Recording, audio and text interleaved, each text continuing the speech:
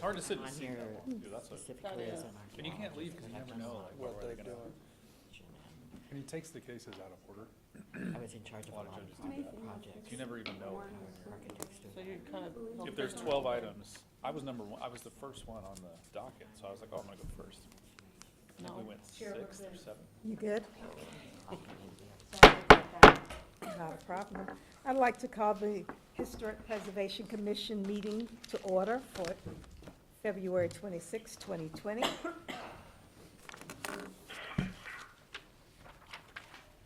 Are we in compliance with the open meeting law? Yes, we are. Could you please call the roll? Yes, certainly.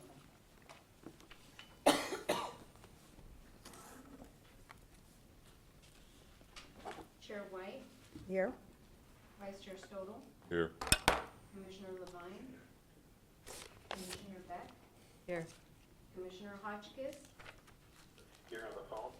thank you, Commissioner Surface, Here. Commissioner Cosgrove, Here. Commissioner Laramie, Here. Commissioner Palancar, Here. Commissioner Collins, Here. Commissioner Seabrant, Here. thank you. And Commissioner Levine in Here. 1208. Uh-oh. Hi, Jack. Well, the meeting didn't start till 12:06. 1207. That was the best I could do. Sorry. Comment during this Thank portion of, thank you. So we have a full house today. Comment during this portion of the agenda must be limited to matters on the agenda for action. If you wish to be heard, come forward and give your name for the record. The amount of discussion, as well as the amount of time any single speaker is allowed, may be limited. I'd like to have action on the minutes, please, from the meeting January 22nd. I have a comment, Okay, or a question, really. On the minutes on page 2, under number 5, towards the bottom, right before the vote, it says, "Note, the video did not capture the final vote." We don't have a video, do we?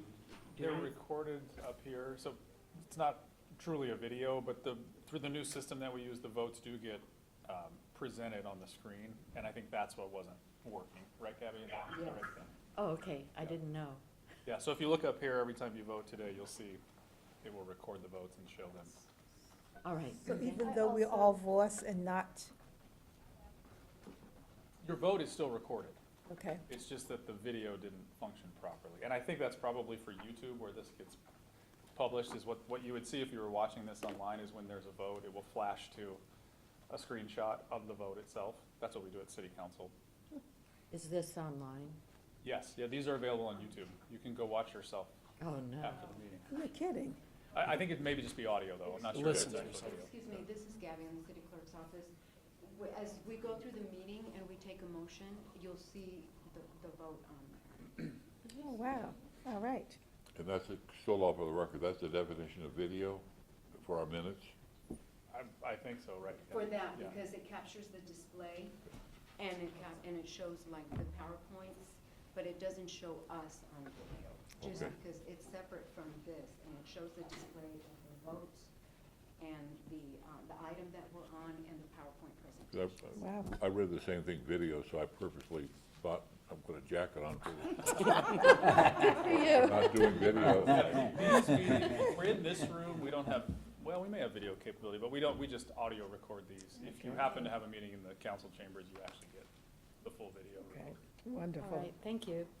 Yes, Commissioner Laramie, I also have just a small correction. On page 3, when we're discussing the historic resource survey, towards the bottom, in the second to the last paragraph, towards the bottom of that paragraph, it calls out a historic research survey instead of a resource survey. Okay. So I think that should be corrected. so can I get an approval for the minutes with that correction in mind? So moved. Yes. Second? Second. So it has been moved and properly second. All in favor? Aye. Any opposed? Oh, thank you. It is passed unanimously with that one correction. Thank you. Thank you so much. Item number 5, HPC 78146. This is an abeyance item that we just probably would like to discuss just briefly today. It is the discussion for possible action regarding increasing funding in an amount not to exceed $6,003 for the current Northwind Resources consulting contract to include conducting a complete survey of the entire grounds of the Las Vegas High School. So if you printed out or looked at your complete package, you will see there are complete packages over there if you'd like to have one, Okay, Jack. I didn't print it because of that. Yeah, it's kind of a long one, so if anybody would like a complete package today, we do have some. So Diane, could you please walk us through this just, Yes, if I could get, there we go, okay. So this is one that Historic Preservation Officer Seabrant for the record.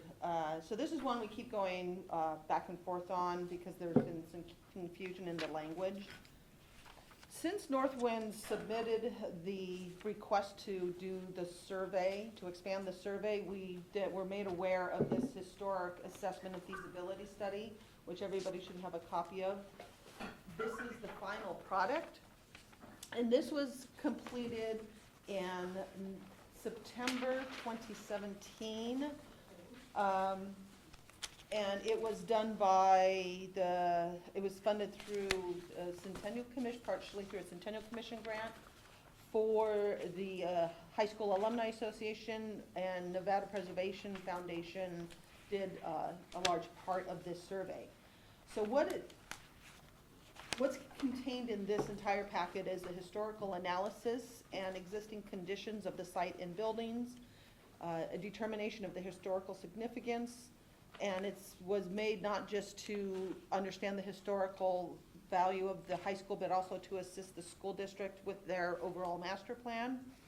I spoke to the gentleman who is the vice president of the alumni who gave me this, and he said that a result of this generated $4 million in emergency repairs, which are currently in progress for some of the water damage to the buildings, as well as $50 million for infrastructure upgrades that are set to start either March or April of this year.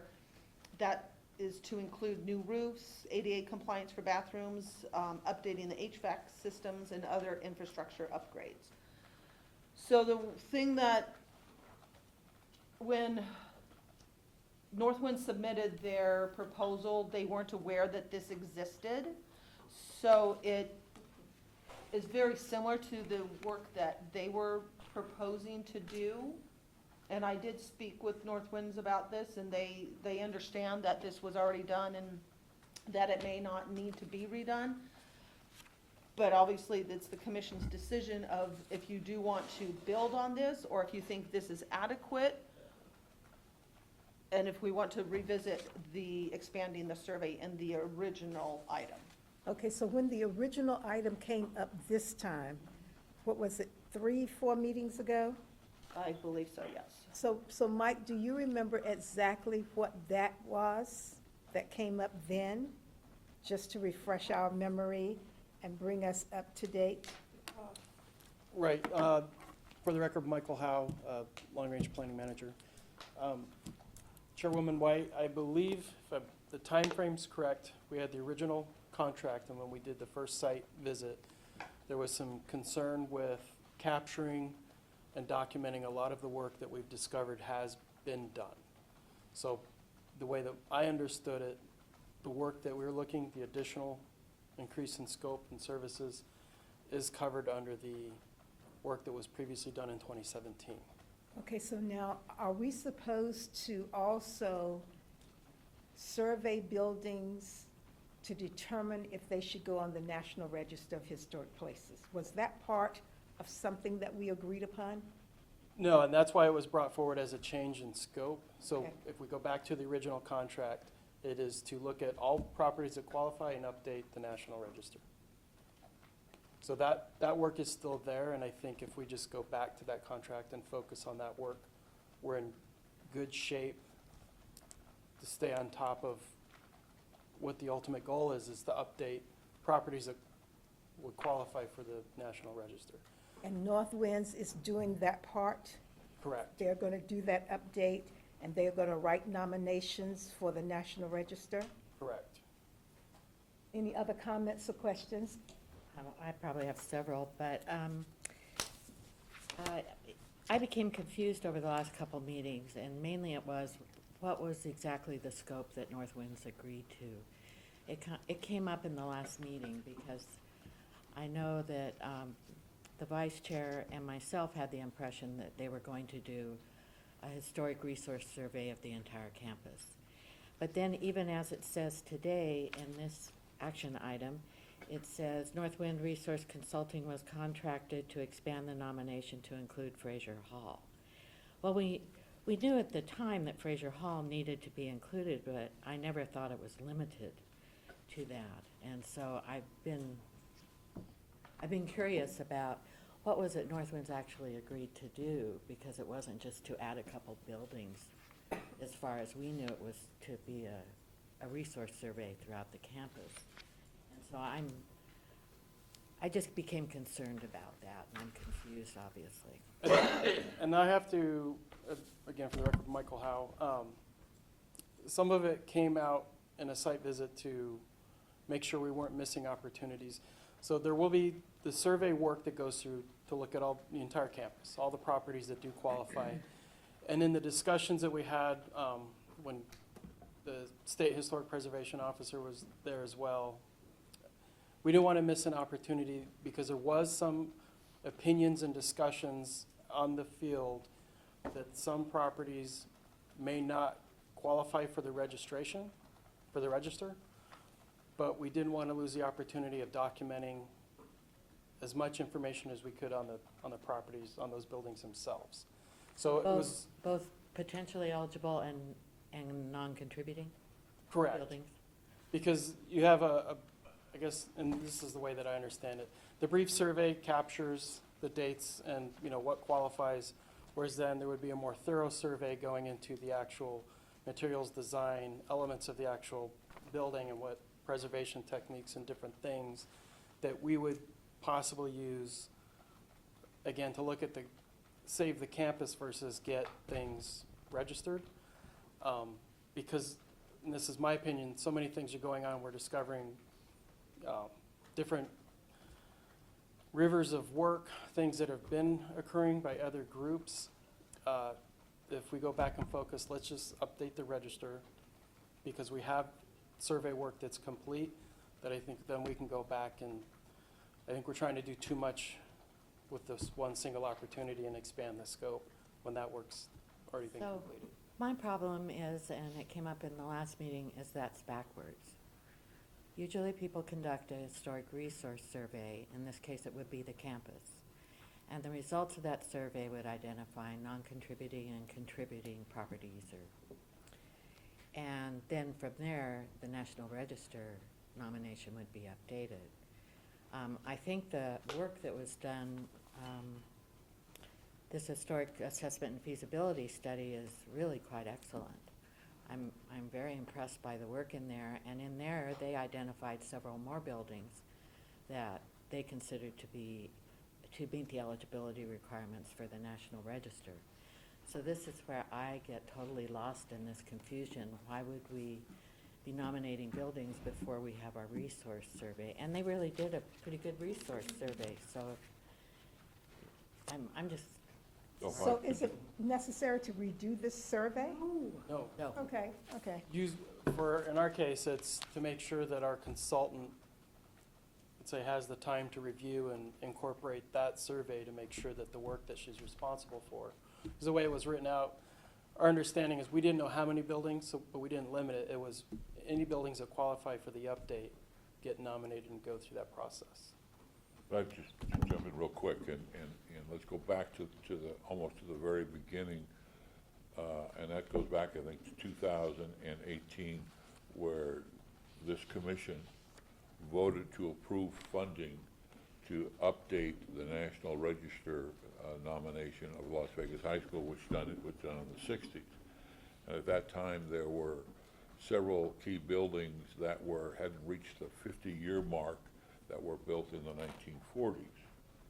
And so we put out an RFP or one of the RFs, whatever it was, saying we wanted to update, go out and check the campus, and if you find buildings that qualify, draft nominations to get them on the register and bring that back. That's where we need to be. We have dealt with Northwind in the past, and they have done some very solid work. It surprises me that they didn't know about this document. It was a significant deal. I even think there was a newspaper article written about the funding and the results of that. The school district has had a copy of this and has used it.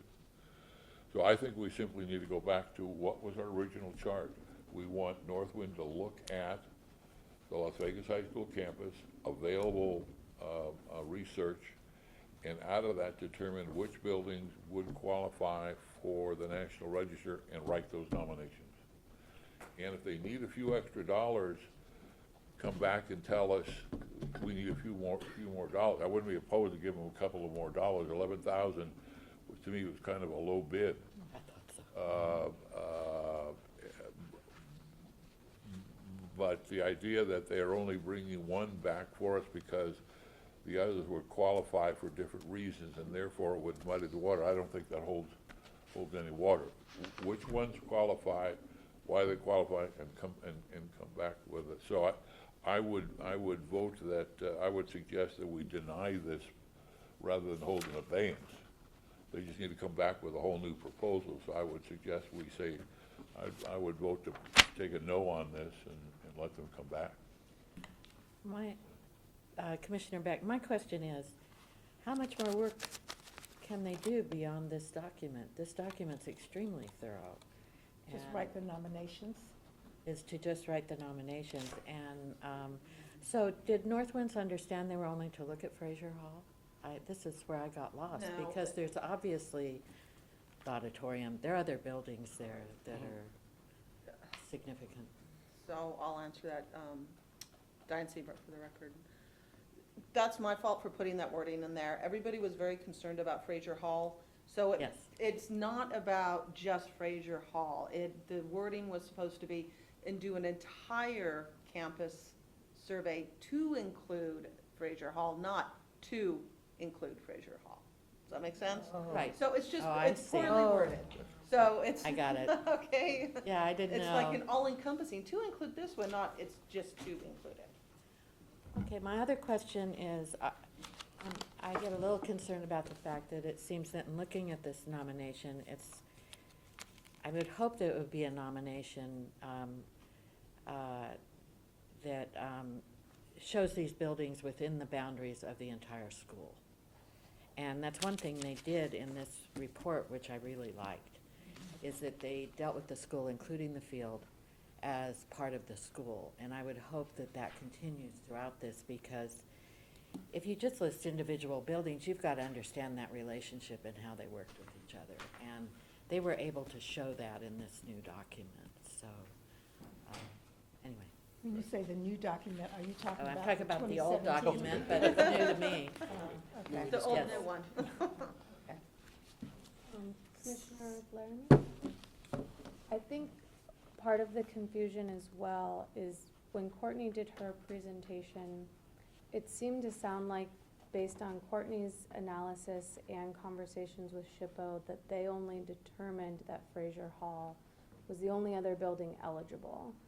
But this report that we've seen now makes some statements about other buildings possibly being eligible. So I agree that we should probably deny the funds, but I think we either need Courtney or a better explanation as to why the other buildings aren't eligible, or if there's a reason to add more work to do more determination of whether they can be on the nomination. So I think other buildings are eligible. I just think it's the way it was written up. Okay. Well, I think that what Commissioner Laramie is saying is when Courtney was here, whenever that, I don't remember, was that January, December, January? Yeah. She was saying that some of the buildings weren't eligible because of they had to be designated as a separate, criteria. So, that but could she be- will be here in our, Yes. she'll be here for our March meeting, so we'll put her on the schedule to we can ask her questions about that if you would like to. And if I could just make a suggestion on this item, since there's still some things that are being clarified in light of the new document. So if you don't want to deny it so that it just goes away permanently until it maybe gets brought back, you could always just take no action and move on. And if it turns out that there is a new item that needs to be placed on the agenda at any time, next meeting or beyond, after Courtney gives presentation, we could bring it back. So if we You could ju- certainly deny it, table it, obey it. whatever. So if we just go on to the next item, this is okay? We don't have to vote, we don't have to do Discussion anything? for possible action. Okay, No so action. that's what we're required. gonna do, we're gonna move, I have one more comment. Sure. This is Commissioner Beck. I'd just like it on the record as to what buildings the architectural survey identified as eligible. It was the gymnasium, Fraser Hall, the athletic field, the auditorium, the public school administration building, and the vocation and industrial arts building. They said too that we're non-contributing were Knapp Hall and, I don't know, it's the student activities area, so. And so that, anyway, I just want to get on the record what they were proposing. I- so we're about to move on to the next item unless you have something else. In looking at item 78-146 and the backup material that lists 9 specific categories are the reason for the funding, none of those 9 categories are we going to approve. I mean, I have no problem with saying, let's turn this one down and if they come back with a new one, but there's nothing here that's valuable to keep moving forward. We already have the report that was just outlined, listing all the things that are in here, so if we obey this, we're gonna have to take this particular item up again. We're not gonna obey it. No, okay, so we're just, or if we just, We're, no action, and we're going to the next item. I mean, it's up to you. You've got you could obey it, which means you've got to have a date certain for another meeting. You can table it, which means you've got 6 months to bring it back, I believe is the end cap on that. You could deny it, which of course means it's done because it's been denied. Or if you take no action on it, it just goes off of the agenda. where's it go? It goes into that place. Why would we do that and just not say no? You can do either one. They're both available options. So this item is gonna be on our agenda again for the March meeting. No. Well, Not well, this something related to the school is going to be on our agenda for the next meeting, and Courtney is coming back for that meeting. Right, because we do have the renomination project that she's currently working on, and she'll be here to give an update for that. So, yes, the Las Vegas High School will be on the agenda for But that. not this But item. not for this, unless you wish to obey it. until then. Right. I'm a little lost, so. So, I think there's no reason to not say no, because it's never gonna come back. but,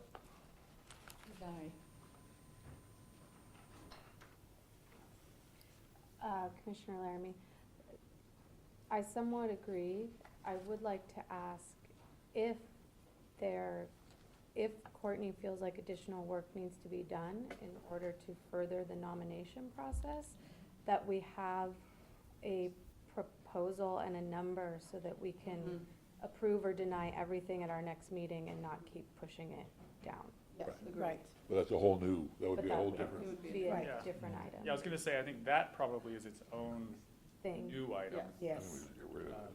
I mean, if it gives you some comfort, if you do deny the item, it can be brought back in a different form Yes. as a new item anyway. I mean, you may get to the same point. So if we just take no action, what does that mean? The same thing? It essentially, it's effectively the same thing, because it's not gonna be on a future agenda unless you put it there.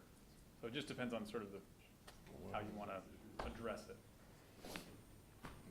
Because I want, Okay. Okay. Commissioner Yes. Beck, before this closes out, do we still have a chance to get to see the high school campus? We talked about it last month. Yes, we did, and I spoke with Jolene, I don't remember what her last name is, and her assistant Chris, and they said that we can come anytime we would like. So I would need to know though from you, what exactly you want to see. Do you want just a tour of the entire campus, or what you're looking for? And if everybody's gonna come, agree on dates, or give me a couple dates so I can get back to them and let them know numbers, dates, and what exactly everybody would like to look at. The campus isn't that large. I personally would like to get to walk through it. The and whole thing? Okay. I don't know if other people agree. Jack. Well, I'd suggest, Okay, so you'd And like to there's see some the new- entire campus as well? Yeah. Okay.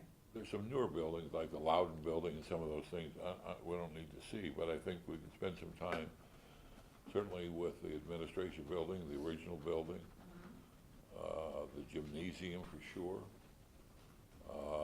the Fraser Hall. The The auditorium is a large facility. I mean, right there, I think we've got a good 2 or 3 hours. Okay. So Right, it but sounds- in that walking around, we can see where these newer buildings are, Yeah, correct?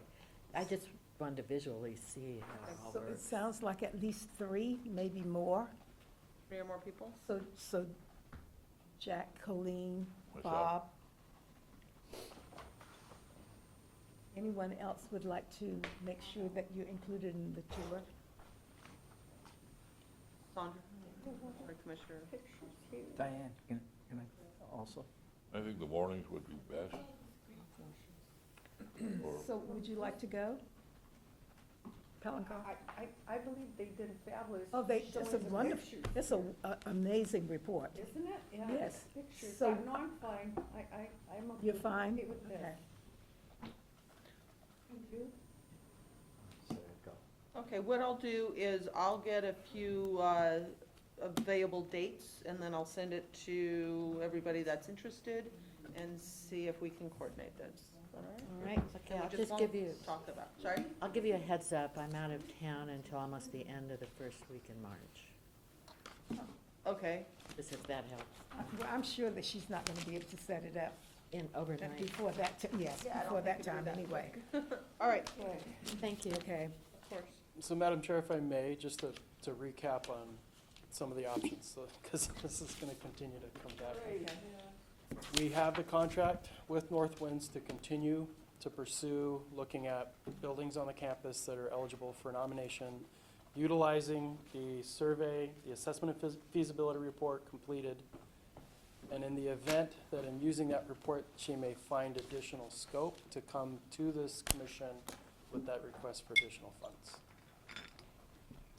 Okay. Any other questions before we move on? So item number HPC 78319 is a discussion for possible action regarding electing a chair and vice chair for the Historic Preservation Commission. Okay, so I did put out an email asking for suggestions on chair and a vice chair. The responses I received back was to kind of keep status quo. But I think that everybody, do we go through and have a vote, or, I'm sorry, I've not done this before, so it's my Yeah, first one. I believe normally there's a nomination, so someone would nominate, you could either nominate both at one time, or we can do them separately. Do we need to change positions? Yeah, Are you yeah. required to change positions? Right, in the I don't past, believe we there are were term limits. rotating positions. I don't believe that's required Yeah, by your I don't- bylaws, you I don't certainly think so could. either. But there's term limits involved, which is why you had to leave the chairmanship, right? It's my understanding that Chair White, this is, would be her second term, and she would be Oh, term okay, that's what after I that. didn't know. There's actually no limit, there is no limit on the number of terms. Oh, Oh, you're great. kidding. They changed that. Oh, gosh, IT, we're so lucky. So I think it should be 2 terms. No, Oh, no, sorry, we're not I'm sorry, doing I'm sorry. anything. That's for commissioners, I'm sorry. The term of chair and vice chair is 2 years, sorry. But Okay. commissioners, there's no term limit, Okay. sorry. All right, You're right. So this is your Thank you. second term? This This would be would- her second term if she's, If she's a Okay, that's what I if- didn't If know. I'm elected, this will be the second term. and I'd like to Correct. nominate Chair White for a second term as chair. Second. Third, Poor chair.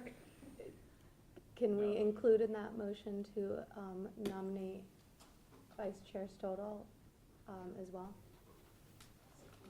Mhm. for continuing? I'll second that too. third. Mark? Okay, so who's making the motion? Can we have one motion then? Amended Amended motion to re-elect Chair White and Vice Chair Stodal Okay. for a second term. I am for Medicare for all. So then we need 2 motions.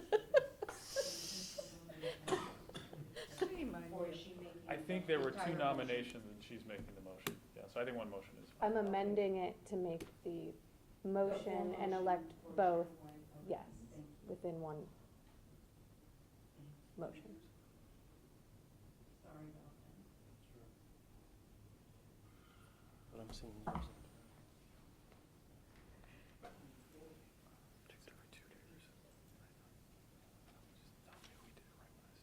Carries out the vote. Okay. So all in favor? Aye. Any opposed? So it's unanimous. Congratulations. Thank you. Thank you very So- much. Speech? So I appreciate this so very much that you are electing me for my last as chair. I appreciate it so much. I love the way that the board operates. I love that you comment, especially when there are areas of expertise that you know that you own. And I want you to continue to do that, and I want you to do it with your voice as loud as possible.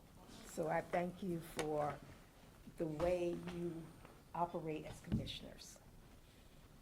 The next item on the agenda is HPC. Or maybe I should just read it off of here. HPC 321, 78321, report by Marco. Marco, your last name is Velada? Oh, wow, I said it right. I don't usually, I'm bad at names, so welcome. He is the Senior Management Analyst with the Department of Planning regarding the City of Las Vegas 2050 Master Plan. Thank you so much for coming to talk to us about this master plan. Thank you, Madam Chair and members of the commission. Again, for the record, Marco Velada, City of Las Vegas Planning Department. I'm here today to present to you this afternoon the status of the city's 2050 master plan and to give you a brief overview of what it is. There's a lot of content here, and I will certainly be able to answer any questions that you have at the end of the presentation, and of course you can certainly email me at any time. I'll make sure we have contact information available for you. But again, just to give an overview of what this is and how it specifically relates to historic preservation, because the master plan is required by NRS 278 to cover historic preservation. So with that, okay, so the current 2020 master plan is at the end of its life cycle. And we've seen a lot of change over the past 2 decades since it was adopted in 2000. We've had a lot of complementary efforts that have been going on over the last short term, over the last couple of years, specifically the downtown master plan and some other related efforts through the city council and the city manager's office. So in 2050, when we're looking ahead as to what Las Vegas is going to be like, the city council has been very interested in what we'll likely need to be preparing for. And right now, as we speak, the council is over at the Springs Preserve doing a strategic planning session specifically about this and what specifically they want to prioritize in the short term to hit some of these long-term goals.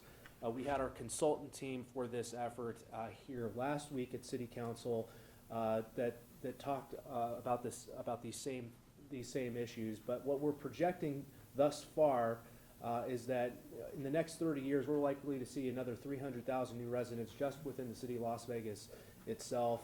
And that, of course, means new infrastructure, provision of services, and things that will help the city achieve some of the goals that are contained within the plan. So ultimately, what we're wanting here is to use this plan to define a clear vision and framework, provide strong direction for future development, and provide recommendations that are implementation focused. And over the last year with our consultant team, we've been working to get information and feedback from all across the city and find out specifically what we need to really focus in on a wide variety of areas, some of which are required through Nevada revised statutes. So far to date, we've reached out to just over 5,100 people, and it's likely more than that because we've done specific targeted outreach to some others as well, and comments from commissions like this, the Planning Commission, city council members. We're continuing to take that in as we finalize our draft. So far, we've gotten a lot of good feedback and information from people, but what we've heard as far as top challenges shouldn't come as a surprise. These are things that we've been hearing over the last 10, 20 years as it is. Education, crime and safety, homelessness, open space preservation, and the drought have been continuously the top things that have been identified through statistically significant surveys, through outreach events, and through other efforts that we've been doing through the planning department. And based on that, we've presented to City Council and the Planning Commission a vision for change, and that's here. We want Las Vegas to be this bold, innovative, iconic city of the future that espouses all of these strategic priorities that ultimately will make Las Vegas a great place for future generations. And to guide us there, we have a number of guiding principles that are the foundation of strategies to help measure success and to help implement the plan. So we want Las Vegas to be an equitable, resilient, healthy, livable, and innovative place. So as far as some of the immediate recommendations outside of just historic preservation, just want to touch on these really quick and give you just a high-level overview of what the plan is looking like right now. We're planning for a hotter, drier future, and that's been clear from Southern Nevada Water Authority. We are anticipating the future is going to have higher temperatures within Las Vegas Valley, as well as impacts to the Colorado Rockies that will reduce the amount of flow into Lake Mead and the entire Colorado River system that's used by 40 million people across the desert Southwest. We know, though, that density has this impact on water use. We have a lot of single-family residential housing right now, but you know, it's about 60% of our housing stock within the city. But we don't have a lot of what's called missing middle housing. It's mid-rise multifamily housing types. We just don't have a lot of diversity of that. We have a lot of apartments, but not a lot of other housing types that you might find in other cities across the country. So with respect to water, it just so happens that these types of housing units are way more water efficient, and because of that, we are going to emphasize the construction of those types of housing units. We also know that based on a lot of other factors like population growth, the influence of millennials, shifts in mobility trends, that there's going to be a lot of things that will influence how we develop into the future. We might not all be driving cars. There might be initiatives through other agencies like RTC to shift people's modal choices. So construction of high-capacity transit, for example, concentrating housing along specific corridors. Those are all things that this plan is also found. And again, going back to these development types, you know, really emphasizing missing middle housing that's medium density. We're not talking about large skyscrapers. Those happen to have chillers, and those use a lot of water. But we're also not talking about single-family residential either. There might be some of that, you know, especially in places like Summerlin West that are under a development agreement. Really, the focus here is on what we don't have a lot of right now. So our focus will be on specific corridors and specific nodes along those corridors. We don't anticipate a lot of change to neighborhoods themselves. And in fact, in a lot of areas in Las Vegas, we're recommending preservation of those neighborhoods themselves, especially immediately around downtown and the areas that are extending out towards the suburban master plan communities. We'll take deeper dives on those with, you know, boards and commissions like the Historic Preservation Commission to specifically look at how we can do targeted neighborhood planning and preservation. So our consultant team has developed a number of different place types, and these ultimately will help create the foundation for a new general plan map. That's what is the basis of zoning for the city. With these new place types, we'll start emphasizing specific land use changes, and to go through them really quick, we're going to introduce some new place types, including regional centers, which are essentially Centennial Hills Town Center, downtown Las Vegas, and Summerlin Center. Mixed-use hubs, which are essentially transit-oriented developments that are located along major corridors. Corridor mixed use, which is the areas along the corridors themselves that link the regional centers together with other mixed-use hubs. Neighborhood centers, which are smaller but concentrated areas within neighborhoods. They're not as intense, but they're still they're perhaps conversions of strip malls and making them more accessible to neighborhoods. Mixed residential, which is possibly comes in the form of amendments to Title 19 and to introduce more of those missing middle housing types that we don't have right now. Strengthening our older traditional neighborhoods. There might be a possibility of doing more conversions of different structures and adding in some additional housing units to make neighborhoods a little bit more affordable while still preserving the overall character of the neighborhood. And then subdivision retrofits and new subdivisions. I mean, we're going to continue to have some new subdivisions that are built, but we're landlocked right now. We cannot continue to grow further to the northwest or to the west. And what we have now is essentially it for the future. That being said, we will have new subdivisions that are developed over the next 30 years. And then we're also required by NRS to have rural preservation. These are some areas where we have low-density housing that's protected right now by statute. Again, just to make sure that some of these areas are preserved where it makes sense to do so. So this is our existing land use map right now, even more generalized. And as you can see, that's really changed over time. And we don't have a lot of vacant private land remaining. This is what we do have today in 2020. This is what it was like in 2000. As you can see, I mean, we had a lot of dramatic change over the last 20 years. But again, we're running up into the foothills. We're running into the city limits, so we just do not have a lot left to really play with. And when you take those place types together, you really see this concentration of infill and redevelopment. And that's ultimately what this strategy is.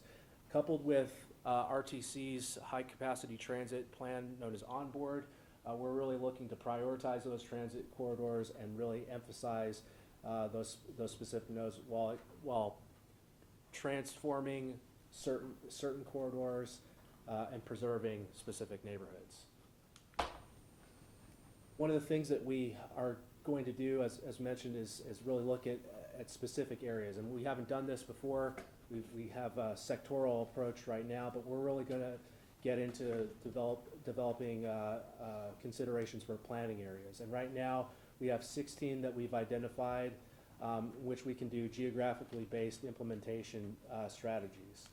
So we can get into some of the finer grained analysis of each of these areas and really take a look at some of these some of the place types and what we can specifically do to get more housing in, redevelop areas, or preserve them. I'm not sure which way I'm supposed to I take. don't know, it gives me problems too. You should be able to print that just at the screen. Okay, and we can get down to the level of looking at specific metrics based on implementation actions that not only the planning department takes, but the entire city of Las Vegas takes, whether it's community services or public works, even what other regional agencies do, such as the Southern Nevada Water Authority, and measure to see how close, whether or not we're meeting specific targets. So right now we've, this is the general outline of the plan, and we're going through developing the specifics on the metrics and the tools, strategies, and actions right now. The how do we implement over the next 30 years, and what can we do to get the desired outcomes for the future to anticipate that growth that we expect to have. And implementing these new place types, we can take an intersection like Charleston to Decatur today and really make transit-oriented development a reality, while at the same time preserving the areas that are immediately around it. So with respect to historic preservation, just want to highlight a couple of things here really quick. We've gone through and identified what some of our opportunities and challenges are, and really it's not that much different from what has been in practice over the last 20 years. We want to continue to reinforce historic preservation, but also get into some of the areas where we don't have historic preservation right now. We have each year that goes by, we have a number of new structures that will become eligible for preservation, and new neighborhoods that will become eligible for preservation. So it's through working with planning staff, with Dr. Seabrandt, with our team at Long Range Planning, we can ultimately help the Historic Preservation Commission implement some of these key actions, and to really kind of hone in on our finding ways to incentivize adaptive reuse of structures. How do we make better use of them, and to really get into conducting surveys to determine the designation of historic neighborhoods and structures. Ultimately, to add to more structures that are worthy of preservation, as well as identifying areas in each of those planning areas that need that consideration for whatever reason or another. And ultimately, because this is an implementation-oriented plan, we are including metrics for every single section of the plan.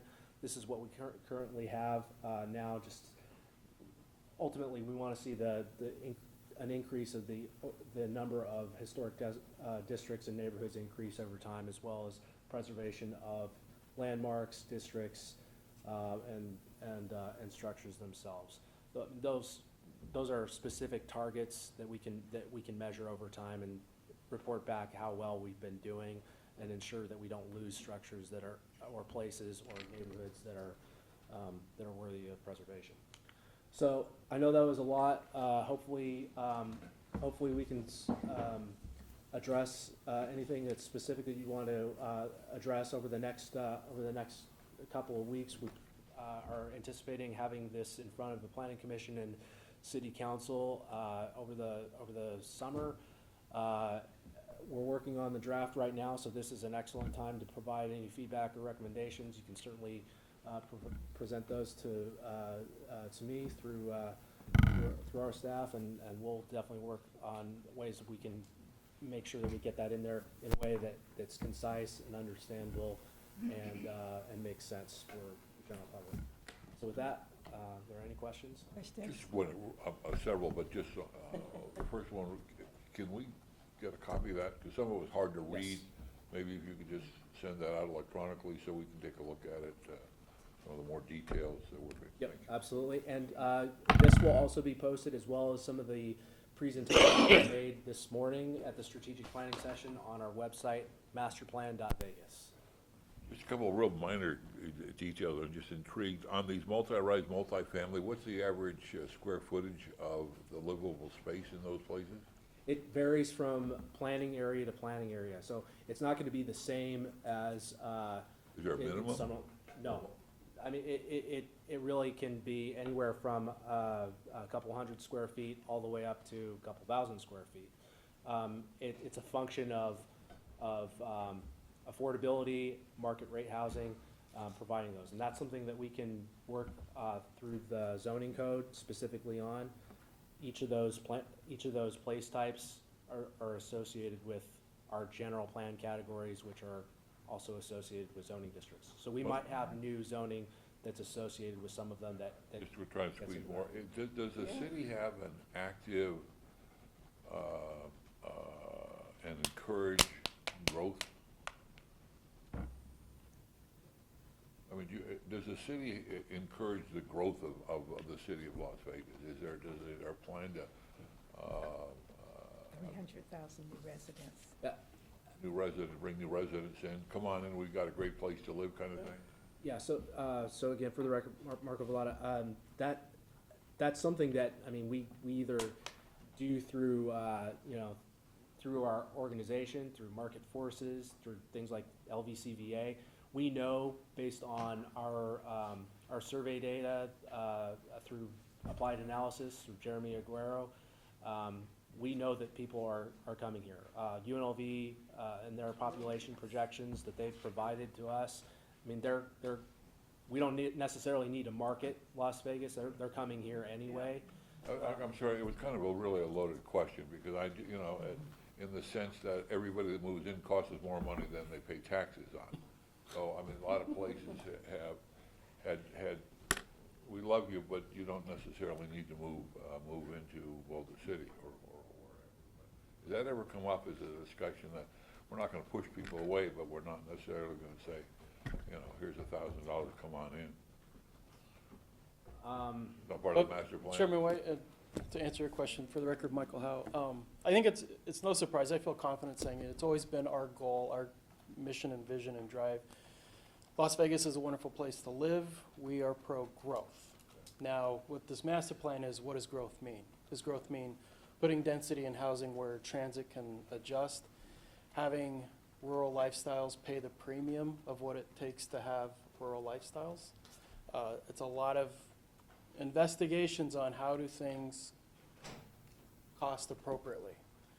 Some of the challenges we've had in the past 20 years is putting affordable housing on the outer periphery of the valley really puts an undue burden on the residents if they have to drive in or take a bus into the center core. So now we're trying to really focus on, let's continue to take as many residents as the valley can support because it benefits us, but make sure that the plan's fully outlined to accommodate what are some of the skills and techniques, things that we've learned that we can put people in the right areas. So we're going to learn density pretty much because we need to.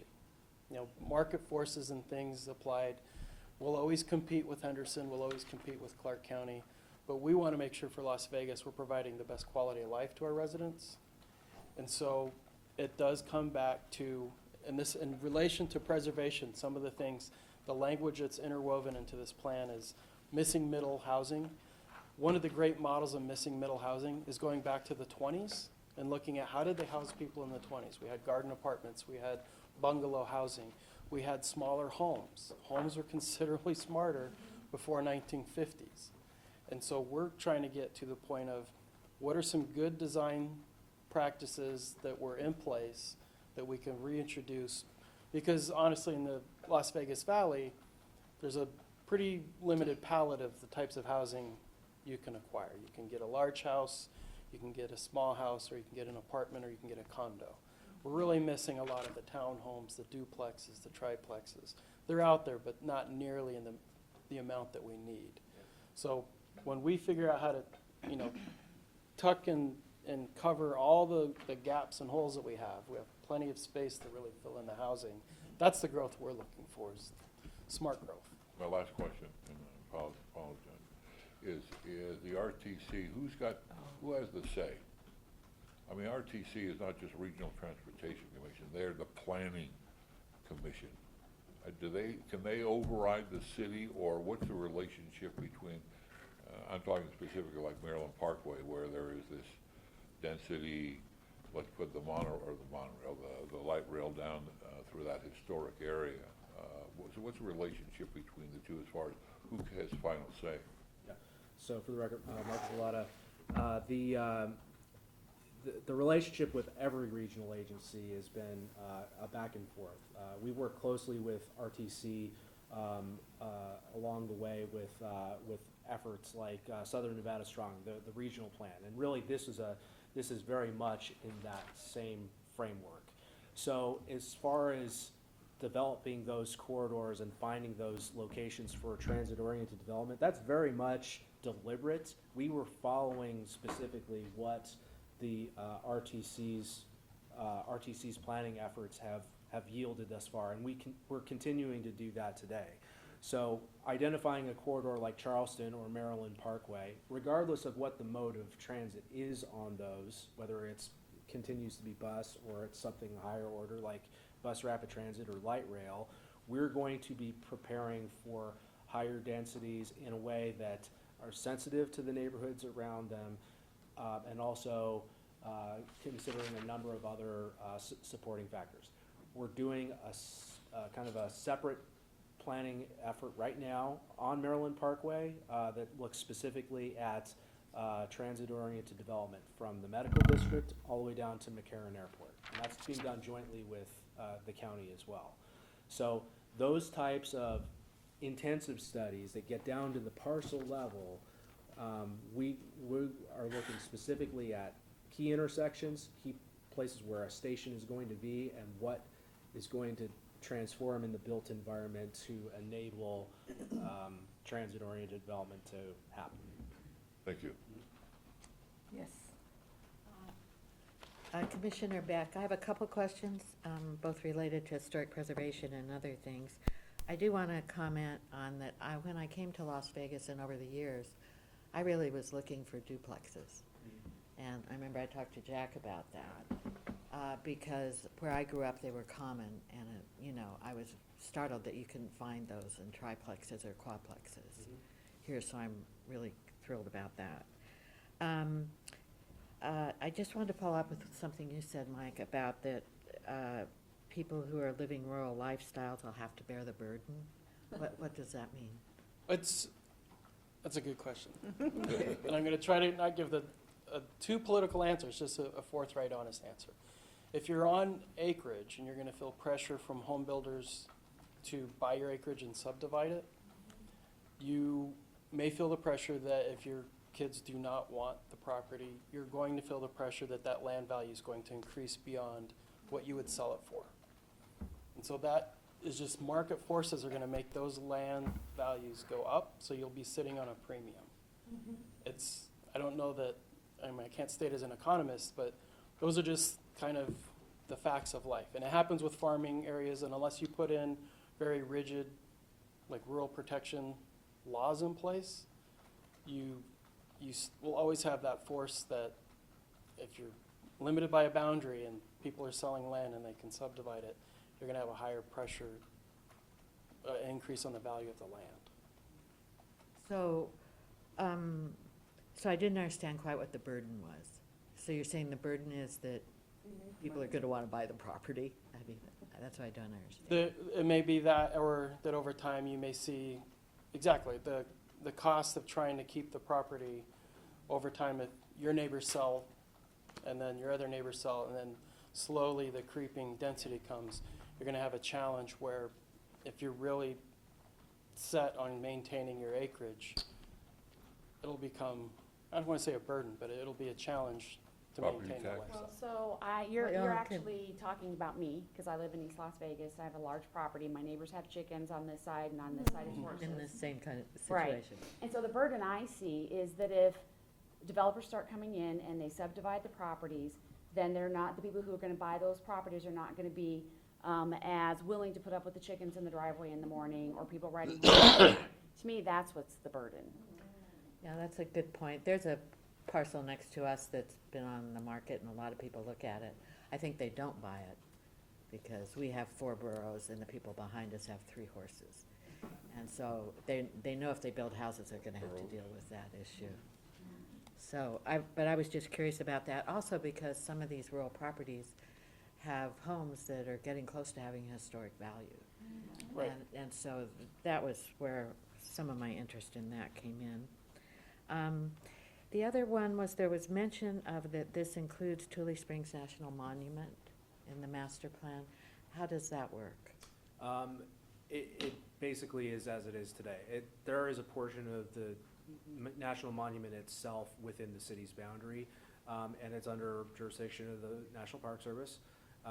There's, if there's opportunities for making connections to the monument itself, wherever there's a future visitor center, wherever there's a access point for visiting the monument itself, it's how do we prepare for getting people to that and making sure that areas that shouldn't be disturbed aren't disturbed. So really not intending to tread on anybody else's jurisdiction necessarily, but how can we use and leverage the monument itself to, the benefit of the city in providing an open space asset. Well, that was in the slide that said we needed 9,500 more acres of recreational space or outdoor That's space. inclusive of that, yes. So that's inclusive of that, so that eats a chunk of that. I don't know how That big eats the national monument about- is, but, Yeah, it's about 3,000 acres of it, I believe, yeah. right. And then reserving out but we have there's so much infillable land out there. Yeah. I mean, maybe we're running at the edges, we're running to the city limits, but is there expansion plans for more index, acquiring more land that's within the city or? So for the record, Marco Vallata, I mean, we really don't contemplate any additional growth beyond what we have today. There's certainly those future discussions of how the areas within the city itself, any of the donut holes that we have, if that's something that the city wants to get into, again, in the future, I mean, that doesn't really have any effect on this. It's not gonna make a dramatic change in terms of some of those future metrics that I mentioned. There'll just be additional people that are served that are kind of already a part of or in close proximity to our current boundaries now. By donut hole, you mean the county islands? County islands, yeah. Okay. Commissioner Beck, I have another question. We have the scenic byway running down Las Vegas Boulevard, and over time, I'm noticing that places that usually provided views of the city have gone away. Is there anyone looking at trying to, at least some place where people could go to get a view of the city at night? I mean, that's an important part of Las Vegas. They can see it from space, but we're getting to where we can't see it in town, you know? I'm the The wheel. Well, the wheel, yeah, but that's got buildings around it. I mean, yes, for the record, Marco Vallata, so ultimately, under our statutes, I mean, aesthetic views, that's one of the things that is a consideration. I don't know if we necessarily have specific actions related to that, other than really general high-level language. I think that's about all I can really say to that. Understanding that open space is important and preserving those locations that have that type of value and the, you know, the ability to see the city, like from the summit of Lone Mountain or from a major intersection looking down Las Vegas Boulevard to the stratosphere. I mean, those types of things, there might be a combination of different strategies that can be employed to ensure that type of view shed isn't disturbed. I think in the long term, it's quite important, and it might be able to be done with parks, you know, where people can park and be able to have the view with the assurance that people aren't going to build huge homes way up in the air right next to the park. But I think we could end up one day with that, where we just can't see the city. And so, anyway, that's it for me. For the record, I want to say that the planning department, very important to the city, very important. And I want to make sure that you are doing environmental density studies before you start these housing projects that have single homes, apartments, you said. I mean, everybody conglomerated into it. I mean, there's studies that have been done in cities about that, and it just creates a lot of crime for the homeowner that's a single-family homeowner. I mean, I think that we don't want to be cemented in this. You know, you guys can cement us in. And the parks, wonderful, but we can't even use our local Huntridge Park. I mean, we've got problems that need to be resolved by the planning department prior to starting construction on anything, in my opinion. So he had Because I homeless. live here, I see it, I watch it, I know what's going on. You can't just start putting up homes and that without considering studies, the kind of studies, they do such wonderful studies for the historic preservation. You need to do your density studies of the areas and how, you know, in the 70s when I went to college, they were already talking about people being put into high-density areas and what it does to their mental state and how the crime rises and how the problems start. So I really think if you want to plan for the future, 2050, we should consider the psychological effects of the environmental situations we put ourselves in. Yeah, and again, for the record, Marco Vallata, the idea of those individual planning area analysis and breaking the city up into 16 different areas. I mean, we did that kind of already with downtown Las Vegas. Arguably, Summerlin West, Summerlin North are already covered through development agreements. The other areas of the city, we can get into that level of detail and look at specifically. And we're not talking about dramatic changes in density. We're talking about, again, like the small, low impact density that still accommodate, it's transit supportive, that it can be well served by police and fire, that can that it's water efficient, and that provides the ability for affordable housing. Right. Yeah, so But all you those. did say that there's 1 million people coming in by that. 300,000. No, by 2050. And it's multiplying, dividing every day. So, it's gonna be a density, and there has to be more studies before you start putting up all these places in the wrong place. And downtown is separated, yes, but what about downtown? Have you guys actually gone down there and taken a look at what your new construction's doing or bringing? I mean, I believe in tearing them down, don't get me wrong, and I believe in progress, but we really have to be very careful of how it's done. not all high-rises, not all apartments, not all single-family, but there should be sections and areas for that. Commissioner Laramie? Do you have a quick comment? Yeah, I have a quick question. Commissioner Collins, what is gonna be the backup plan for the, water resource shrinkage? Because the more of, growth it's going to, there's gonna be less water, which is gonna affect the planning. So what is the backup plan that's being considered for? Yeah, Marco Vallata for the record. So at a very high level, we essentially have a very reflective outline of what Southern Nevada Water Authority is currently doing, because we know from them it's working. It's increased conservation to get us, you know, for a really wonky technical term, from 115 gallons per person per day now to 90 gallons per person per day by 2050. We've gone from 300 gallons per person per day 20 years ago. Can it be done in the next 30 years? Absolutely. There's no reason to not believe. But if our water supply continues to decrease and we're subject to additional restrictions from the Bureau of Reclamation that SNWA has to adhere to and has to cut back on, we can exercise as a region additional strategies such as tapping the water bank that they have, which is essentially groundwater,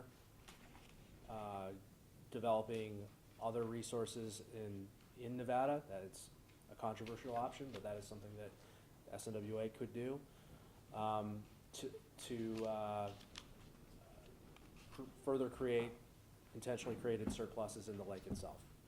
Those are the backup plans, but the important takeaway is that could we accommodate 300,000 new residents with drought conditions as they are today? No. Yes, we can. According to SNWA, yes, we can. Worsening drought conditions.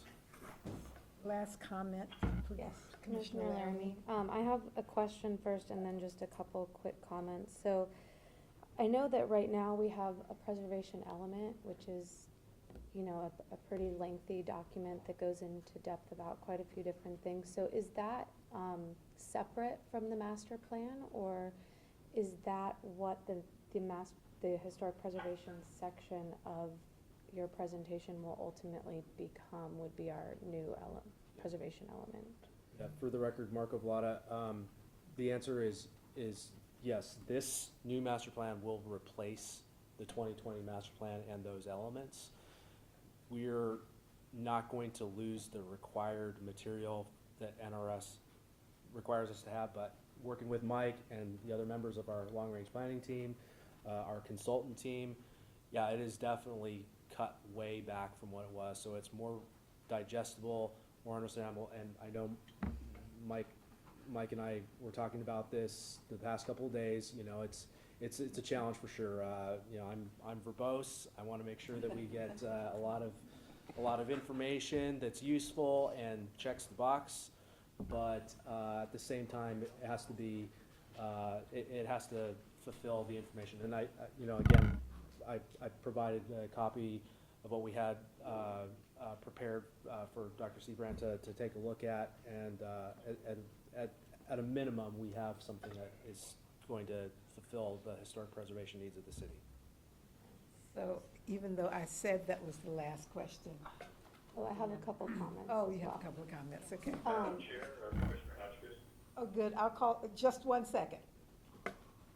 So on that note, I just then wanted to add a couple comments for consideration. I don't know if we will get a chance to review the preservation section before it becomes final, but I noticed that it's primarily about buildings and adaptive reuse, which I think is all great, but I think we need to add some sections in about cultural preservation as well, and just recognizing that sometimes it's pathways or relationships to businesses or the types of businesses that are in the community that should look at being preserved. So if this is kind of the end-all be-all, I think we need to get language around that in there. And I also wanted to just say in our conversations as a commission recently, we've talked a lot about trying to better align our work with the city's priorities. And so we would love to have future conversations with planning about that, and we do have funding available. So if there are studies that we could help you with, such as how older neighborhoods could help contribute to middle housing, or what type of small business preservation can contribute to these communities, I think we're happy to discuss that and offer some of those resources to you. And lastly, in the outcomes and metrics, I think education is a big part of preservation. So perhaps putting some metrics around programming or events or additional education for the community, and just increasing partnerships overall. Lots of different people sometimes don't realize that our missions overlap, and I think we could be engaging more people in preservation work. Commissioner Hotchkiss? Yes, ma'am, I need to drop off for the meeting. Oh, Thank you. okay, thank you so much. Madam Chair, can I Of course. get one in? More. Marco and Mike, great overview. And I was just wondering, Urban Land Institute, we had put a very informative program on last fall. It was titled Scorched, Impacts of Heat on Real Estate, and very well attended. Tom Pergo was on our panel, John Ensminger from the Water Authority, and we got some great press from it. It was out by a journalist from The Sun, got it on the AP, and we're like the #1 heat island in the United States. And I was wondering if that is being considered in the planning documents. The density mix that so much of my colleagues and fellow commissioners here talked about, the need to keep open space. Absolutely was. Tom mentioned, and I probably have the statistic wrong, likely you probably know it, that the city council had waived, 35% of the landscaping requirements that were required by code. So it's just, I'm kind of chiming, not from the structures part of it, but the historic neighborhoods do have a vegetation, and these are good things. So I just wanted to make sure it's considered, because we It definitely- kind of got it on the airways now. Definitely, and it definitely is. It was a good wake-up call for everybody. Just hold up for the record, it's a long question, but a very short, or the other way around. I noticed in your presentation, you separated and made two distinct things, the prolonged drought, and then you said, and climate change. You don't see that as just climate change? Maybe not to your level, but it seems to me that's a kind of a political statement. We either have a climate change It is causing the drought, or it is an identified hazard that is a resultant of that. maybe a semicolon. Thank you. Marco, thank you so much. Yeah, thank you, Thank Marco. you. Thanks so much. And Marco was here as part of our guest speaker program that Yes. everybody put in the Great. suggestions of who they wanted to hear a presentation, and Marco was the first one, so thank you very much. Thank you you. very much. Thank you, it was great. Marco, you really piqued our interest, so we'd love to give you comments on things, to give you feedback to go forward. Thank you. Thank you. And sorry, but Mike has to leave like real quickly, if we could get him up here for the, So which item? it's for the next item. Oh, So- okay, Julie Springs. HPC 78307, discussion for possible action regarding approval of a certificate of appropriateness for the hay barn located at Floorland Park, Julie Springs, 9200 Julie Springs Road. Please, Diane. Okay, so And what a wonderful report, and the view, Yeah. these photographs were fabulous. So this is the certificate of appropriateness for the hay barn, and we've been talking about the hay barn, ever since I started 4 months ago, so hopefully everybody is familiar enough with it. and I'm hoping everybody had the opportunity to review the document that was included with the packet. And this is my first certificate of appropriateness, so getting my teeth wet on this one. And so it's pretty straightforward. We've been telling you exactly what is going to be happening. The pictures demonstrate what is going to be happening. Once we have the approval or not with this, it will go to SHPO. So Mike is here to answer any questions, and again, sorry, he has to leave very quickly. So if you. Now that I'm here, it's okay. Oh, okay. For the record, my name's Mike Brown with the Public Works Department for the City of Las Vegas. I've been assigned as the project manager to help assimilate this project and get it through the process to be built or renovated. And so there was a late addendum on this that is not in your packet, and it is a prefabricated gazebo that The photograph, we have the photograph. well, no, I'm sorry, I don't know not why I have so much trouble with this thing. There it is. Okay, so this was added, after this was already submitted, so this just is an added page to your packet, and it's on the screen behind me. Mike, just a quick question. Has SHPO came down, visited, still off of the record, and looked at the thing? Have they given any informal, unofficial saying we're headed in the right direction? Mike Brown, Public Works.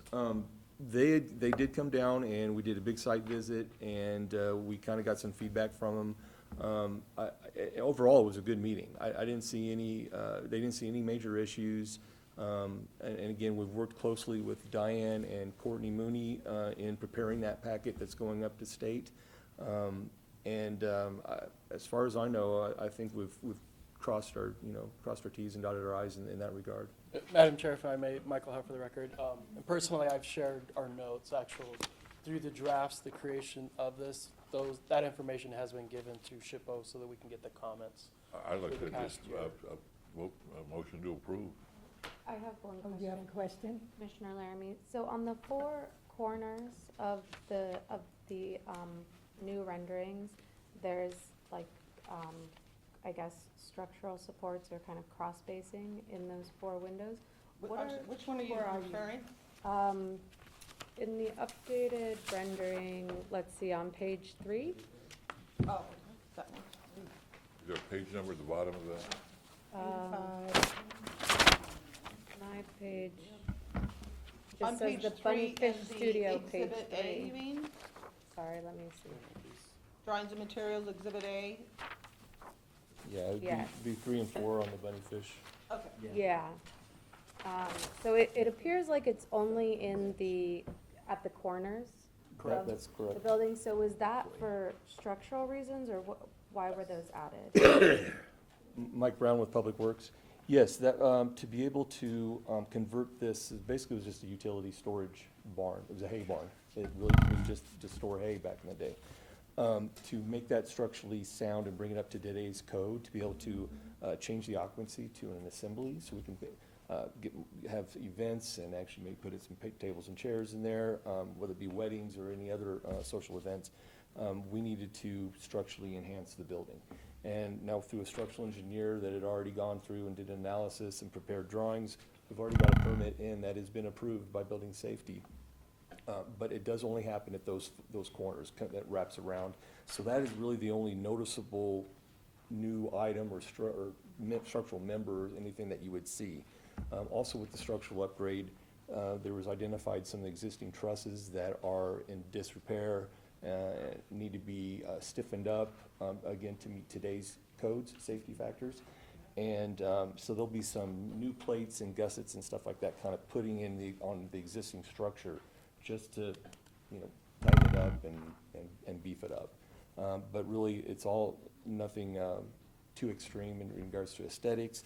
The new bracing is by far the most thing you're going to see. And Madam Chair, if I may add, that bracing was at the recommendation of Mel Green, preservation engineer that's done numerous jobs in the property. And this really was a long process of getting the most minimum visually intrusive engineered support to make the building safe for occupancy. So I do want to cheerlead that this was an effort and this turned out to be a really good, successful recommendation. Elaine? I have just two comments. One is, somewhere in all of this, I read that there was a condition that if archaeological resources were encountered, which would probably be where you're doing redoing the foundation. Yeah, we would do some, Mike Brown, Public Works, we'd do a little bit of digging and excavation around these ends of the building to beef up the existing foundation to support these new structural members. I just think that that should be broadened to include paleontological remains as well. Understood. And the other thing on 94, and this may be something that's happened a while since I've been out there, it's something I have a problem with, but on page 94, it looks like some larger areas have been paved out there. Is that correct? I don't really have an issue. I just want to know, have they always been paved? And I Is don't this really- I'm sorry, Mike Brown, Public Works, is that the aerial photo that you're Yeah. referring to? That- I just didn't remember it being paved down there by the, Are you talking about this photo right here? yes. That, it's not pavement, it's, It's an abatement. it, yeah, but it's the material that is like a dark, Gravel or yeah, something? some kind of a gravel.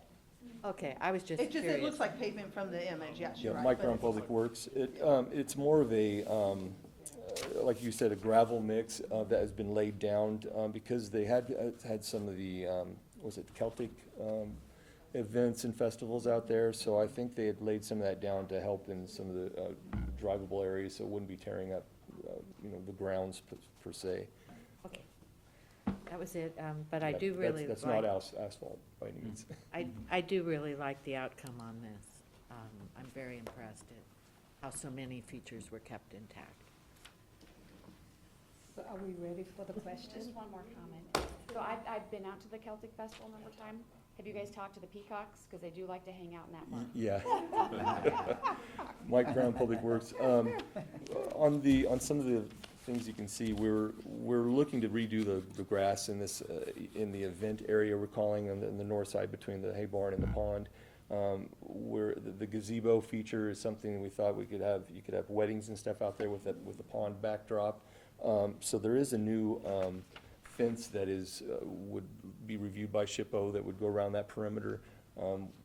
Operations and maintenance also in that fence design has to do gopher abatement in regards to just the footings going a lot deeper so that the gophers aren't treading, burrowing in. And so there'll be some modifications to that fence for that regard, and hopefully you'll keep out the peacocks. And we've got, similar to the netting that's up there now around the hay barn openings, because it's going to remain open structure as is. We'll have some netting similar to what's at the Springs Preserve for the animal containment. So it's something that's really kind of disappears. But again, we can keep the pigeons and other varmint out. So can we get a motion? We have a motion And what is it? to approve. Okay. I second. All in favor? Aye. Any opposed? Great. Thank you, unanimous. Thank you so very much. Mike Brown, Wonderful thank you very report. much for having me, and, yeah, we're really excited. We've got contractor and architects and everybody on board ready to, kind of hopefully wrap this thing up for the end of the year, so. My understanding it goes up to state from here, right? Yes, so the next step will be, now that the commission has approved, I will send this to SHPO as soon as I get back to my office. Thank you very much for having me. Really nice job. Thank you. HPC 78323, discussion for possible action regarding participating in the Las Vegas Days Parade, which is formerly El Dorado. Wow. Taking place on May 9th, 2020. So Diane, would you let us know about Yes. the So, parade? And all in favor? if I could ever master this thing. There we go. You had it. You had it. Just slow. I think it's the on a delay. There. There. Okay, so the parade. So the Office of Cultural Affairs is running the parade, and they called me and asked that the HPC participate. As I understand, they're was past participation by the commission. We have a banner, which I forgot the banner. We have a banner at the office that says the Historic Preservation Commission, that apparently is carried by whoever's going to carry it. And in the past, members have ridden in some of the antique cars, I believe, Yes. and promoting the HPC. So if we would like to participate, then I will need to complete an application. And I'll need to know, would you like to be in motorized vehicles, or do you want to walk, do a mix? Who are we going to partner with on the antique car side? And that there will be a judge that will be judging everybody on a theme of appearance. And the following are some of the themes that to reflect our Western heritage, the birthday of the city of Las Vegas then and now, or any previous traditions of El Dorado Days. So we can't apparently call it El Dorado Days according to Cultural Affairs, because I think the Elks Club owns the name, so we call it the Las Vegas Days Parade. We don't need to go into that discussion. Okay. No, but that's So, but really. we are, Here, that's why we will have to say Las Vegas Days Parade. And then when each entry goes past the judging booth, they will read a short description of what the organization is. So we'll need to write up something that says, here comes the Historic Preservation Commission. They do whatever. I'll write something up and get everybody's approval on that. So the deadline is April 17th, so we'll need to get this in. I'd like to get it in sooner than later.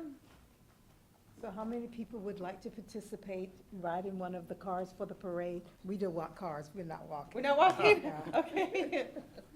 Okay, so, Good, we have 4, 5, we have 7 people who want to participate. It's lots of fun. Yes, it is. do we want to dress up? In the past years, we sort of left that up individually. Okay. And secondly, it's the car club, what was it before, the Model T? Yes, Last year was the Model T Club, and I think there was some challenges with the status of the club. There's a Model A Club as well, so there are a couple clubs to choose good. from. Let's- And before that, we had the cars from the 60s, I believe. Yeah, we did 60. Yeah, so you want to wear a hat. I don't know what group that was. Okay, so we want to say whatever car club we partner with, we should dress in that, whatever that era You is. can, I mean, That it's just, sounds good. yeah, and Okay. or Western, some sort of. Okay. And you have. We've never won for dress up. Yeah, but we always win, we just don't win for the dressing that part. Okay. All right, are there any other questions on that? Yes? The other thing was Courtney was always able to get us up near the front of the parade rather than float 112. That is very important. Okay, all right, thank you for mentioning that, didn't even occur to me to, Is there no El Dorado anything this year, or no, even the rodeo is Las Vegas Days Rodeo. the Elks Club just abandoned the whole thing? Participation. Well, Tell us the they never story, had, come on. they never had any money. Okay. Oh, so you got stuck there. It wasn't a legal issue with the Elks Club, and Bob, correct me if I give any of this wrong, I'll try to give as short of a version as possible, but when the Centennial Commission recently started funding again a rodeo at the Plaza tried to work with the Elks to get the El Dorado name. The Elks would not license the name to the Plaza. The city, they did give us a license, well, informally, to use the name. We could use the name, but Oh. Centennial Commission, there's some discussions at Centennial Commission, the city wanted to partner with the Plaza because they're coordinated events.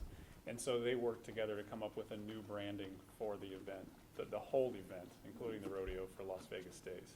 So there might still be references to El Dorado because we are still allowed to use the El Dorado name. Well, our banner says El Dorado, then can we use that or not? Let's look at it. Okay. Yeah, we can, but let's take a look. A new banner is not expensive anymore. Commissioner Laramie, it might be fun to like give something out as part of the parade. I know that people often hand out candy, or even if we could do like little flyers that give a little bit more information. I'll have to read, because I think I there know was a flyers regulation don't throw against well, that. but, Yeah. oh, or does that not happen? Yeah, at Oh, this you parade? can't throw out candy. No, you can't throw anything, but walkers can hand it out. So Yes. some of us will have to Oh, walk, and then we can hand things out. Yes. But yeah, I think that's a It good might be idea. nice to include that. 'Cause Okay. I don't know how much information anybody really gets about what we do So, like, outside of our banner. Have a piece of candy and have something in there that says, this is what the HPC does. Historic candy. Something. Historic candy? Historic candy. Real old candy. This is a joke. Yeah, Christmas candy canes. Or maybe something, a simple card with some, of what the Historic Commission does and what. Yeah, Okay. it doesn't have to be extensive, but even just like with our website and Okay. learn about the historic preservation or something. In the chair's photograph. And the what? I didn't hear what you said. It's probably And too I much. will volunteer to walk to help hand these out. Right. Okay. It's probably walk- too I'll much walk money, too. but a little Some of the button old would be candies like great that Mary had our- Jane and, yeah. Okay. So any other comments on the Las Vegas Days El Dorado Parade? No, I'm great. All right. I'm really glad we're doing it. Yes, I'm glad we're doing it also. It's been fun. I don't think they need a We motion don't- for that. Okay, so I'll You just go. can, it's, Well, I'll make a motion, we should participate, Historic Preservation Commission should participate in the Las Vegas Day parade, and that we should have staff look to get us a car and to register us with Cultural Affairs. And we usually need at least two, second, may I have a second? Second, Beck? All in favor? Aye. Any opposed? You opposed? Oh, yes, I'm totally against parades. Okay, so we have one in opposition. I'm too. So the Litter, motion, it's the litter, motion carries. It's the cost of the city to clean up, it's security, they have to Okay, pay, I mean, that's, no, it's fine, wrong. it's fine. This is So- 2020, forget parades are from the old days. Okay, so Wrong. it's all, Dangerous. it's Yeah. unanimous minus Mardi one. Gras, look what just happened. Okay, the next item, HPC 78324, report by the Department of Planning regarding the director's update. So Mike, are you doing that for us today? Yes, so,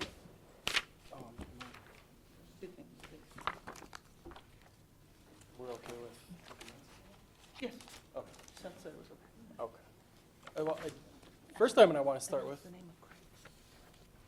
for the vacant chair, or the vacant spot for the Historic Planning Commission, we have received interest from a local architect, Craig Palacios, with Bunnyfish Studios. Putting the name out, Yes. it will be for city council approval, but just to let you all know who's. We want, for interest. we want him, he's fabulous. Full disclosure, Craig is a friend of mine, Okay. a student I And love mine him. too. voting, but I will give his endorsement. Yeah, please, please. I nominated him, I'm sending him over the information. Excellent. So when is he going up in front of City Hall? It doesn't matter, I was just gonna go and cheer from the audience. We'd be looking at, 18th of, yeah, the next available council meeting would be the March 18th. Or you could just order it. He's a wonderful through. young man, he knows what he's doing. He grew up in Las Vegas, does wonderful work, nice They company. did the hay barn work. Okay, he's just amazing. He's done a lot of the adaptive reuse projects too. He's a good guy. And he's also just joined the Board of Nevada Preservation, so, Yeah. Oh, too. Yep. and then, next item, Madam Chair, we have an updated form from the State Historic Preservation Office on the certified local government requirements. Just to give you a heads up on the update, one of the requirements is that our Historic Preservation Officer and one member of the HPC attend one annual training per year. Typically taken care of with I believe we have the scholarship, the camp program, or the historic training programs that we have available. Just to give you an awareness that we'll have one of the HPC members that will be looking, at least the minimum of one per year, attend the training. And that goes hand in hand with the scholarship that the SHPO provides to attend said training. In the past, we've had the camp training here, so several members could attend. We bring the camp folks here. Do that again. And then, last item, just as an update, something almost for a future agenda, but As a reminder, May is Historic Preservation Month, and so we want to keep in consideration as we have nominees stewing about, start thinking of some of the nominations for the Historic Preservation Awards. And I'm going to blank on the categories, but we can follow up with how we did it last year, but we'll actually be a little more timely this year. Yes. That should give us time so that by April, we can discuss the nominations and then have those confirmed at the May meeting. That's all I have. I have a question. Yes. Commissioner Beck. So at the last meeting, was it the last meeting that you went to the Centennial Commission afterwards to ask for money? Yes. Because that doesn't seem to be covered. Well, here. it's in the updates. Oh, I'm It's sorry. the- I'm too early. That's all right. Okay. You got that? So, updates, I think, Yes. HPC 78325, report by the Department of Planning regarding project update list.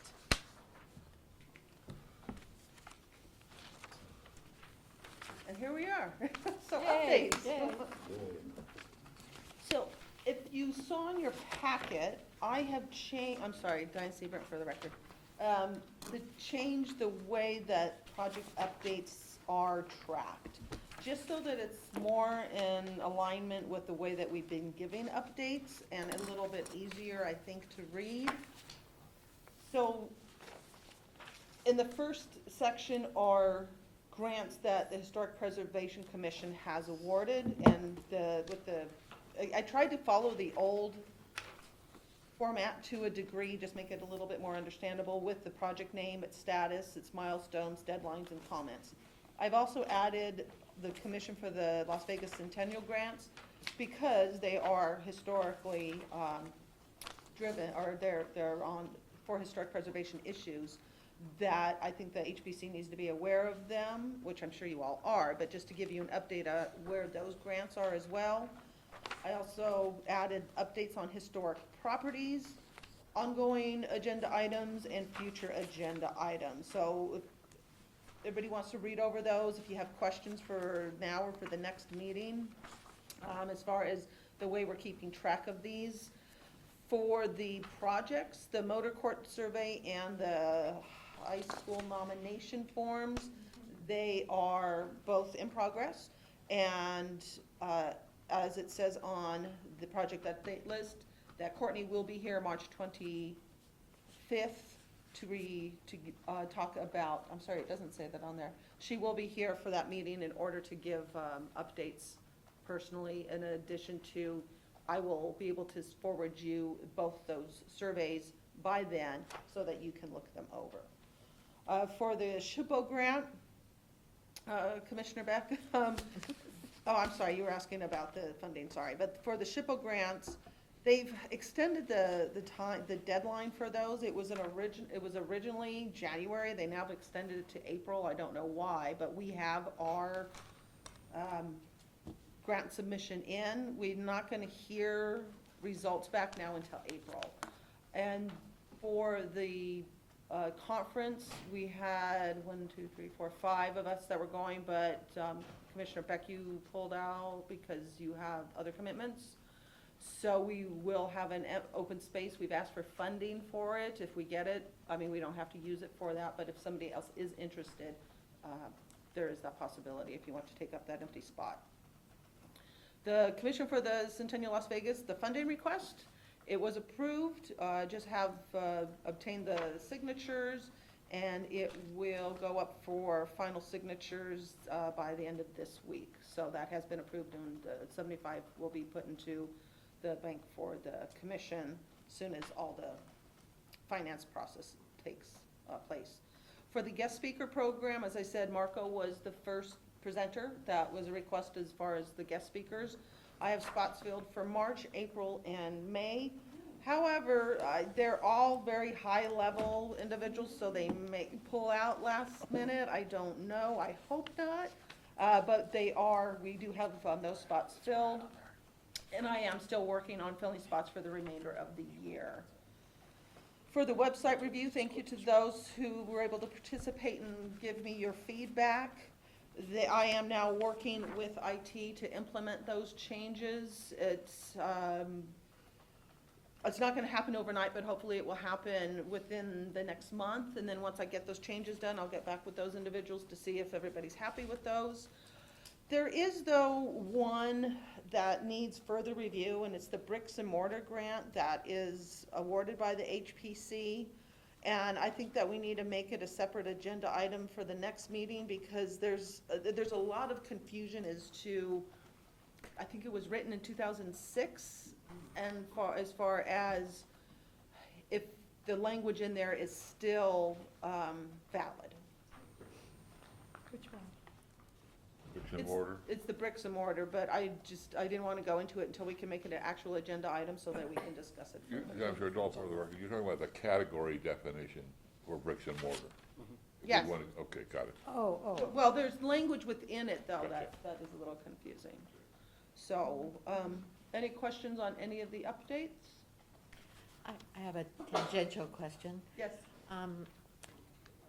When does the next Centennial Commission meeting happen? I really learned a lot. Oh, going.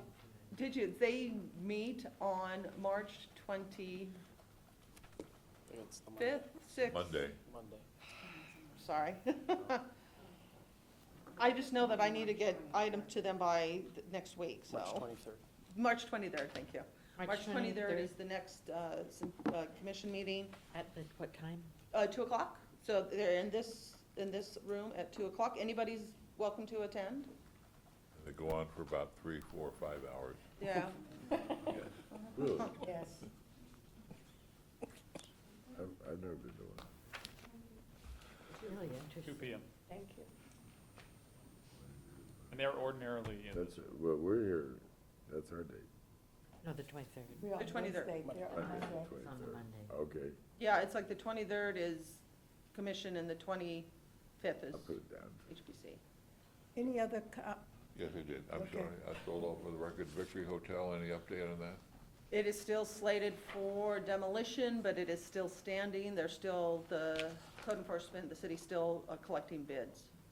for demolition? And they have not, the owners are not doing anything. They have not responded. Waiting for the city.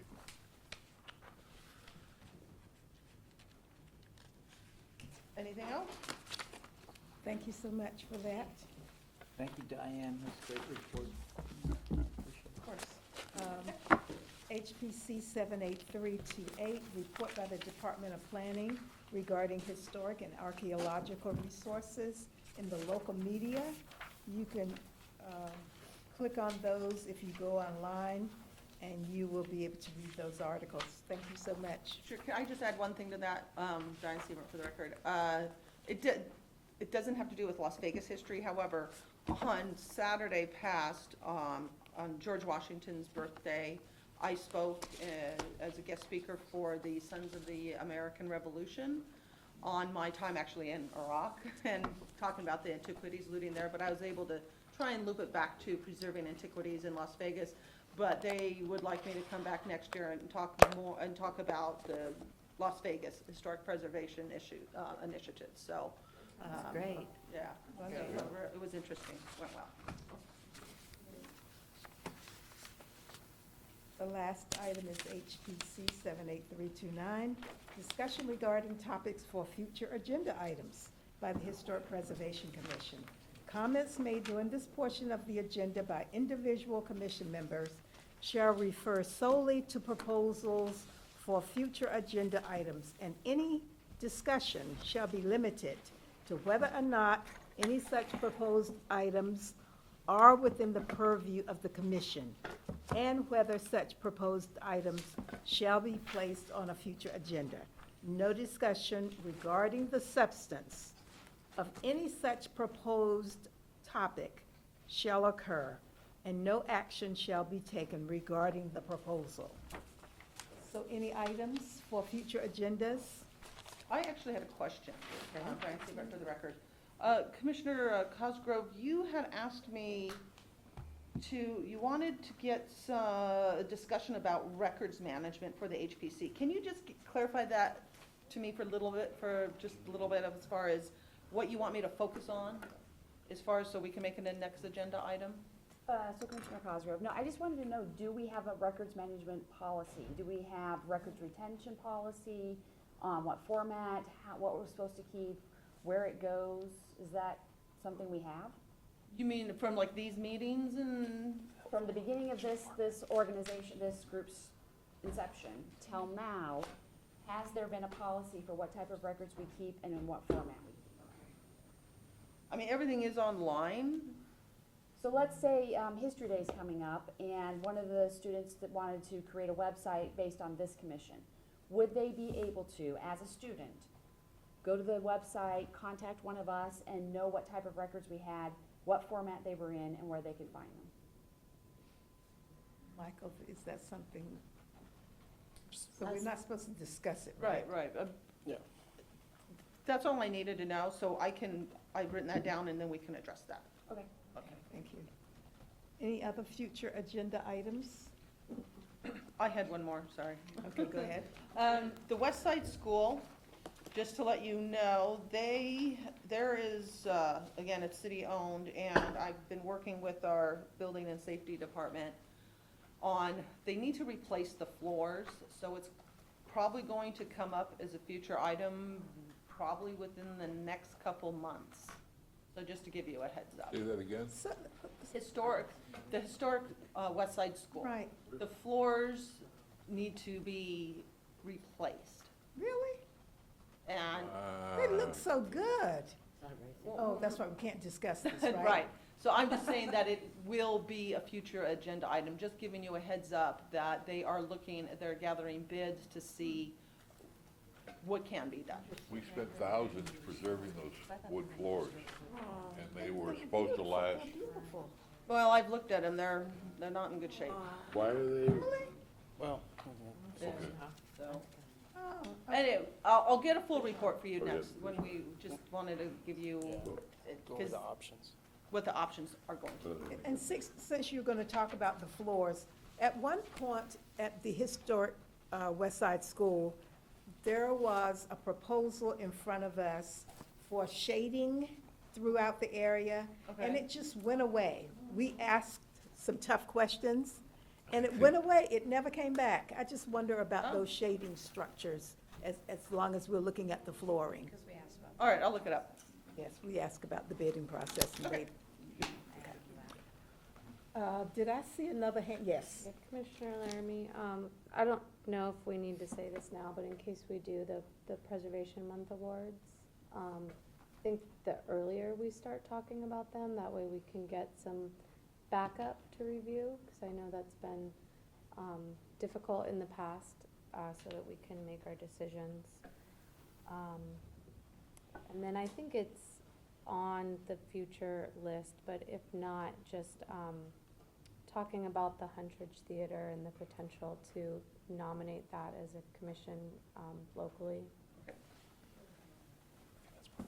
Just a question, when you say nominate, you're talking about putting on the city's historic Register, Local register? register. Okay. yeah. It's not on there. It's not.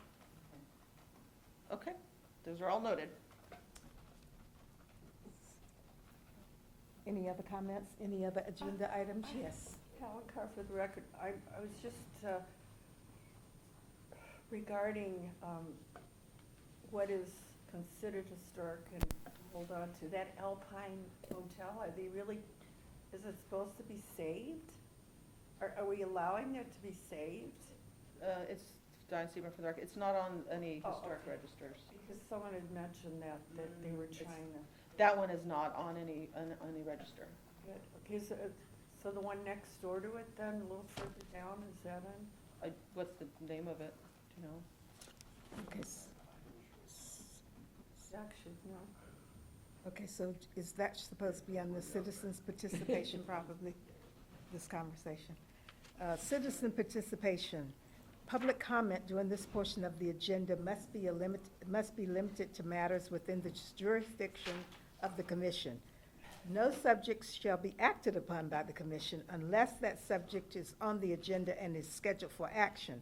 If you wish to be heard, come forth and give your name for the record. The amount of discussion on any single subject, as well as the amount of time any single speaker is allowed, may be limited. So did you finish, Ms. Palancar, what you were talking about with Jack? Did you want to comment on that? No, I just know Jack's very familiar with the downtown area. Oh, the Alpine, where the fire was. Yeah, Oh, so okay. that's me right, it was like right next door. That was actually a seventies building. I don't think it's What is it called? the Alpine, where No, the fire was. Right, no, but what you said, there was another one. Yeah, it was right by Ogden. Okay, Oh, well, anyways. thank you so much. Ooh, Meeting is adjourned. Geez, boy, you get elected and all of a sudden the gavel just swung.